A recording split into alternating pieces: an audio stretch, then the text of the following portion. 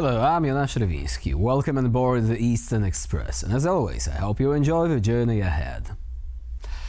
This time around, we'll look at what could be the most brutal test yet for Ukraine's people and military as winter closes in.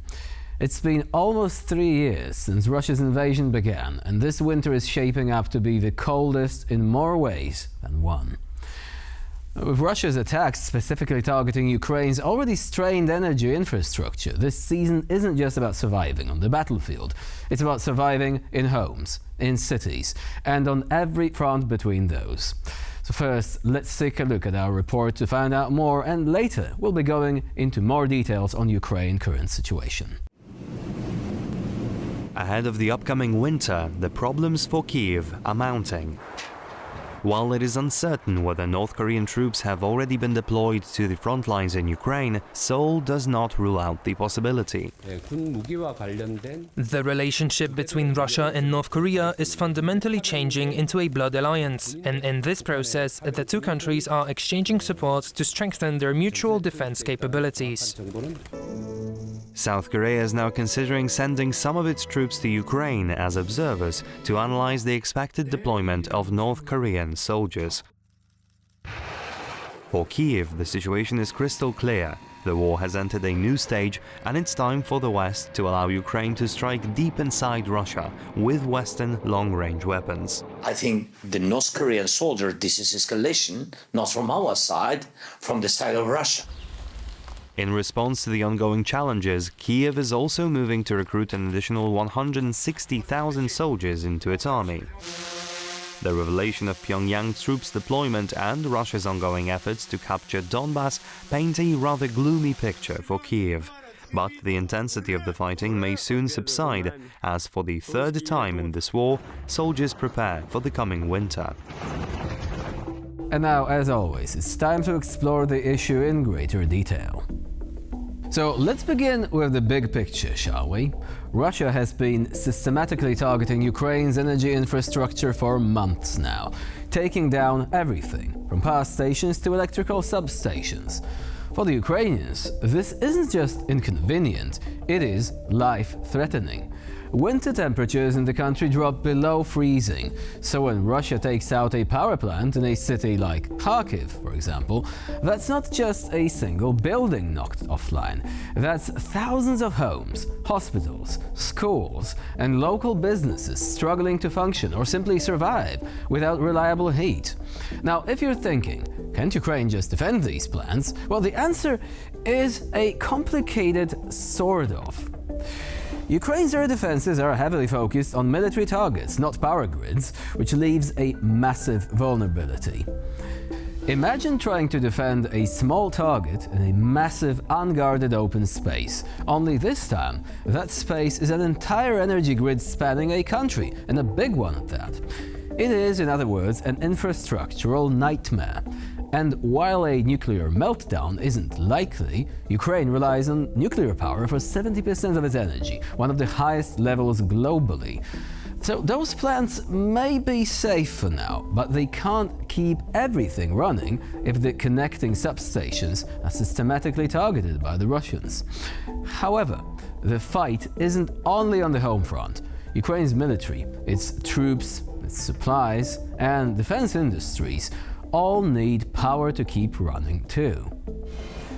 The country's defense industry is under pressure to produce weapons at wartime speeds, but energy shortages make that harder and harder with each single day. Rolling blackouts were manageable during the summer, but come winter, that is a very different story. Now, there is a broader question that we simply cannot ignore. What does all this mean for Ukraine's long-term strategy?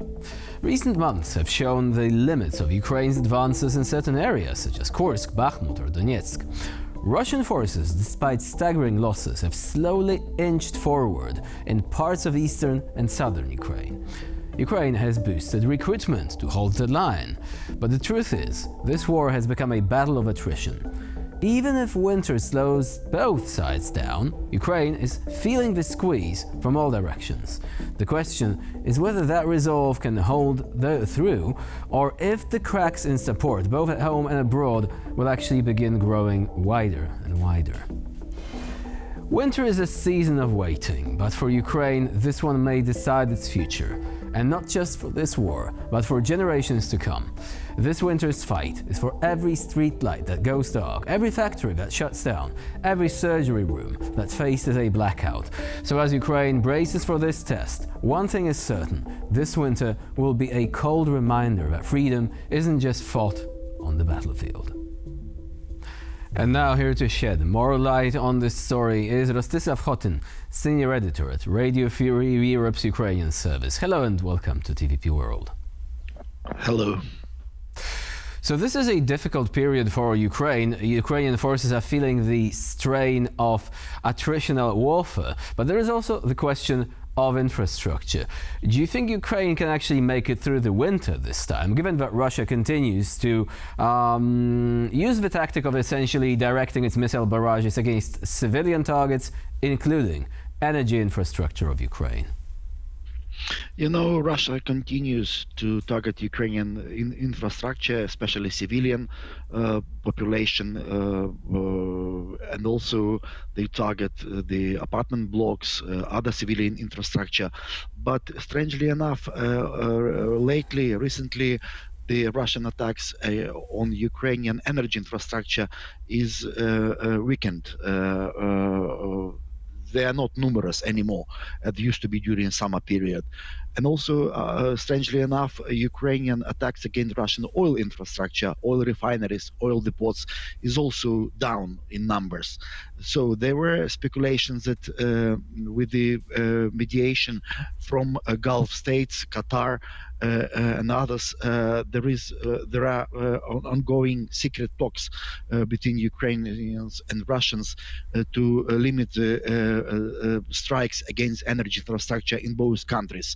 Because for Russia, it's like almost energy crisis is looming with petrol prices up and with lots of oil depots and oil refineries being targeted by Ukrainian drones.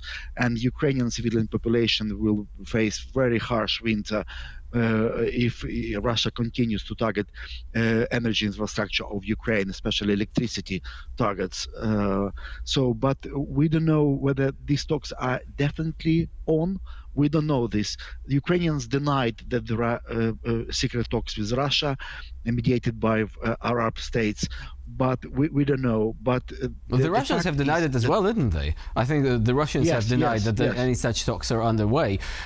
Given the fact that this has been a vehement denial on both sides, do you think this actually lends credence to the idea that, yes, these talks are actually either going to be resumed or have been underway already? Because, you know, if something happens and nobody says anything, well, this might actually be something that both sides are willing to ignore.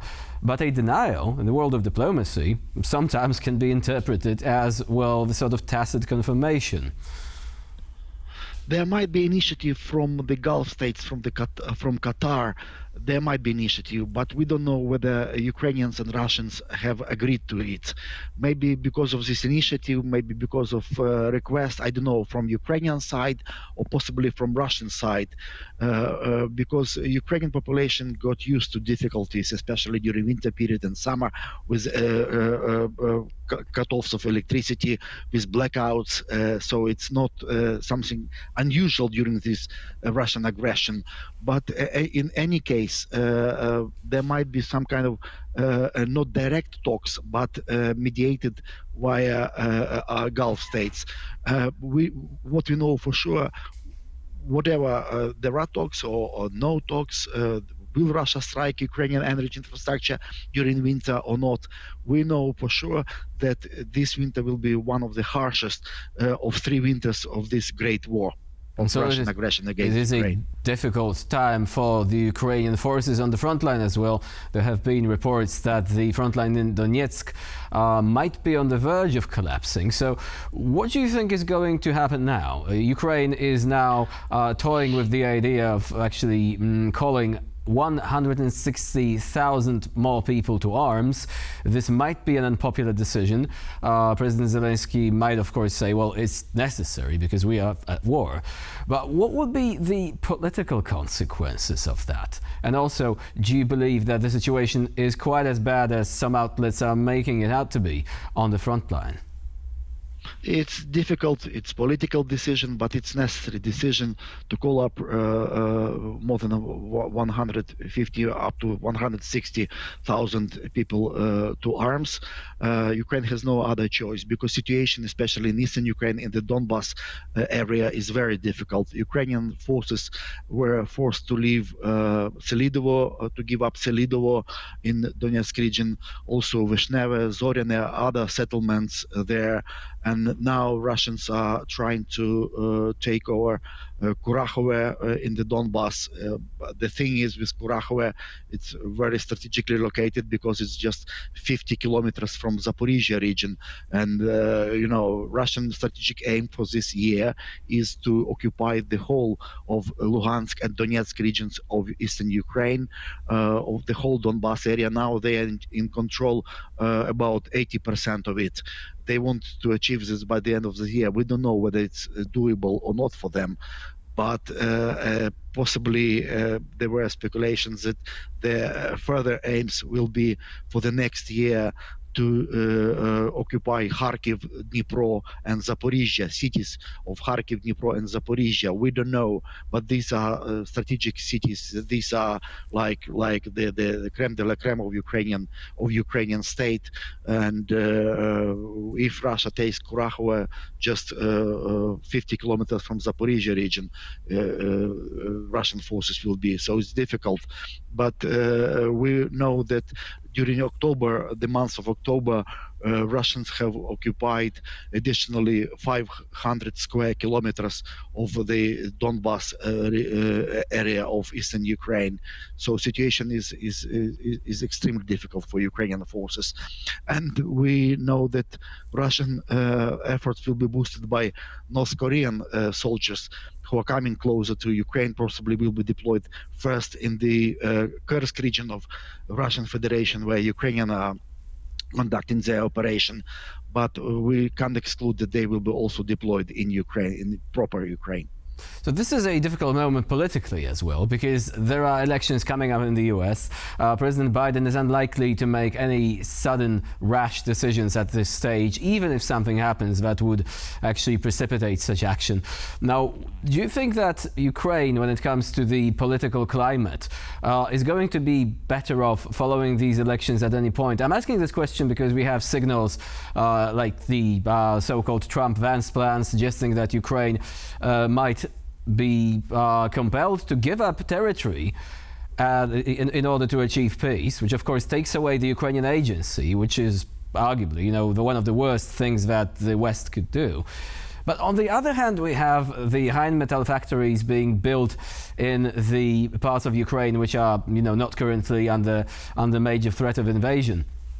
Do you think this might indicate the West is kind of coming to a conclusion that while parts of Ukraine might be impossible to take away from Russia now, also parts of Ukraine which are beyond the sphere of the conflict, the direct sphere of the conflict, will be defended in some way by way of guarantees, because if Rheinmetall is building factories, a number of factories there, they are not a charity, they're not taking risks, so they might have received some assurances from Western governments saying there is a line to be drawn and Russia will not, for example, be allowed to occupy all of Ukraine or anything like this. Yeah, I think so. Another indication that Ukraine is thinking, the way of thinking of Ukraine is that it's kind of fully in charge of Kiev government-controlled territories of Ukraine. Because, for instance, now there is a discussion in the government with state agencies to open the Lviv airport for civilian flights. It's in Western Ukraine, but Lviv was targeted by Russia many times by drones or missiles. But now there's a serious discussion about possibility of opening Lviv airport, international airport, for international air flights. So there is indication that Ukrainian people and Ukrainian nation is trying to get back to normal, at least some kind of normality in the Ukrainian government control areas. As for the US election, yes, Donald Trump and J.D. Vance are running on the same ticket, but there are differences between in their approaches to Ukrainian question. J.D. Vance indeed insisted on some kind of demilitarization zone between Ukrainian and Russian troops, insisted on that Kyiv should be ready to sacrifice some territories in exchange for peace, and also he wants Ukraine to have peace negotiations as soon as possible, straight away, without any preconditions. Doesn't this strike you like the return of the worst habits of Western leaders? Because, you know, we've already had situations in history where the agency of countries being invaded was not taken into account. Instead, the great powers of the world would simply just make agreements above their heads. I mean, this doesn't sound good at all. Yeah, but let's not exaggerate. Let's not exaggerate the influence of J.D. Vance in the Trump-Vance tandem, because the first the first role is left for Donald Trump, and his approach is slightly different. He's unpredictable, but he is unpredictable for both Ukraine and for Putin as well, for Russia as well. So he wants Ukraine to have a fair deal, just fair peace, as he promised to President Zelensky. And he understood, as according to Zelensky, that it's Russia who is on Ukrainian territory. It's Russia who is aggressor. It's Russia who is occupying Ukrainian territories. So there is a possibility that Trump might be having first role in this tandem with Vance, or as a president of the United States, in case if he wins, that he will be putting pressure not only on Ukrainians to have a peace talks, but also on Russia as well, you know, to settle for a fair deal with Ukraine. So he is unpredictable, but he is unpredictable for Putin as well, and he can't lose to Putin on a personal, being a macho. He can't lose a personal battle with Putin. So, of course, let us hope that this is indeed the case, even though this degree of unpredictability naturally makes many people, not just in Ukraine, but also in Central and Eastern Europe, worry about the future of the region, given that Ukraine constitutes a vital part of security here and clearly deserves to have its own interests taken into account first and foremost. After all, the Ukrainians are victims of the aggression, and they are defending most of Europe, actually, against the sort of resurgent Russian imperialism. Rostislav Hotin was our guest today here on TVP World. Thank you very much for joining us and for sharing your insight. Thank you. And now we're moving on to Eastern Newsflash, a series of all the other stories from the East that you really don't want to miss. The United States has imposed sanctions on nearly 400 entities that supply Russia with technology used in its invasion of Ukraine. The sanctions, coordinated by several departments, are aimed at cutting off Moscow's access to resources essential to its military operations.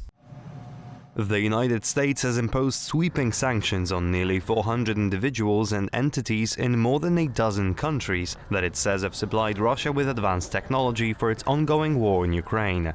The sanctions, coordinated by the US Treasury, State and Commerce departments, aim to stem the flow of critical technology and equipment to Russia.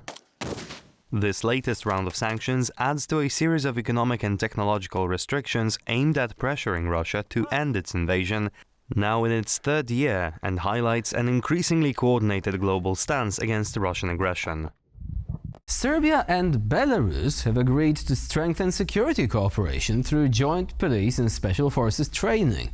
The collaboration was formalized during a meeting in Minsk between Serbian Deputy Prime Minister Aleksandar Vulin and Belarusian Interior Minister Ivan Kubrakov, both of whom are currently under international sanctions.